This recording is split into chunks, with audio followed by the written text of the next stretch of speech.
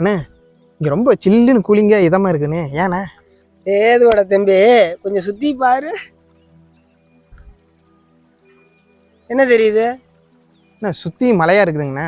தம்பி மலைப்பகுதியிலவே குளிர்ச்சியாக தான்ப்பா இருப்போம். ஏன்னா சூரியன் சரிவான அமைப்பில் நேரடியாக கதிர்கள் வந்து பட முடியாது. ஏன்னா அதோட முழு பரப்பையும் சூரிய ஒளி நேரடியாக தாக்காது. ஏன்னா எப்பயுமே சூரிய ஒளி ஒரு பக்கம் இருக்கும். இது சரிவான அமைப்பு இருக்கும்போது ஒரு பக்கத்துலேருந்து அந்த சூரிய ஒளிப்படும், இன்னொரு பக்கம் குளிர்ச்சியாக இருக்கும். அப்போ அந்த சூட்டை வாங்கி குளிர்ச்சி பக்கம் வெளியே விட்டுக்கிட்டே இருக்கும். அப்போ அதோட உள்பகுதியில் ஒரு கதகதப்பான வெப்பநிலை மட்டும்தான் மெயின்டைன் ஆகும்.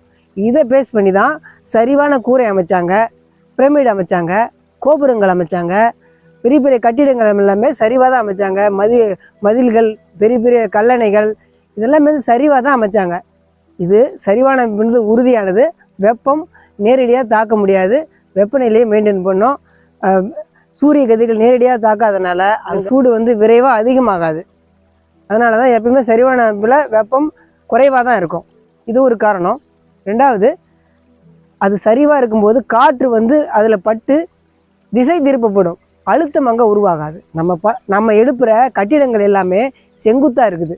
அப்போ செங்குத்தான பகுதியில் காற்று வந்து வேகமாக வீசும்போது அதை திரும்பி போகிறதுக்கான வழி இல்லாமல் திரும்பி வந்த வழியிலே திரும்புறதுனால அழுத்தம் உருவாகுது. இந்த அழுத்தத்தின் மூலயமா சூடு உருவாகுது. ஆனால் சரிவான இந்த மலைப்பகுதியில் படும்போது அந்த சரிவில் பட்டு அது திசை மாற்றப்படுது. அதோட வேகம் குறையாமல் அதோட திசையை மட்டும் மாற்றி விடுது. அதனால தான் மேல் நோக்கி அது போய் மேலும் குளிர்ச்சி அடைஞ்சு நமக்கு பருவமழையாக வந்து பொழியுது. மூணாவது, பூமியோட மட்டத்திலிருந்து மலைனாவே அது உயரமான பகுதி. இந்த பூமி மட்டத்திலிருந்து மேலே போக போக குளிர்ச்சி அதிகமாகும். இந்த காரணங்களால் தான் மலைப்பகுதி குளிர்ச்சியாக இருக்குது.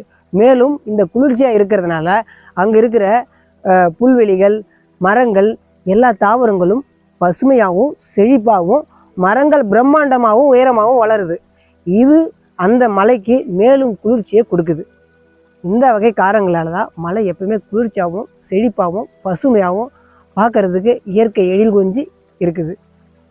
என்ன இதில் இவ்வளோ விஷயம் இருக்குதா? தம்பி இது மட்டும் இல்லை, இன்னும் நிறையா விஷயம் இருக்குது.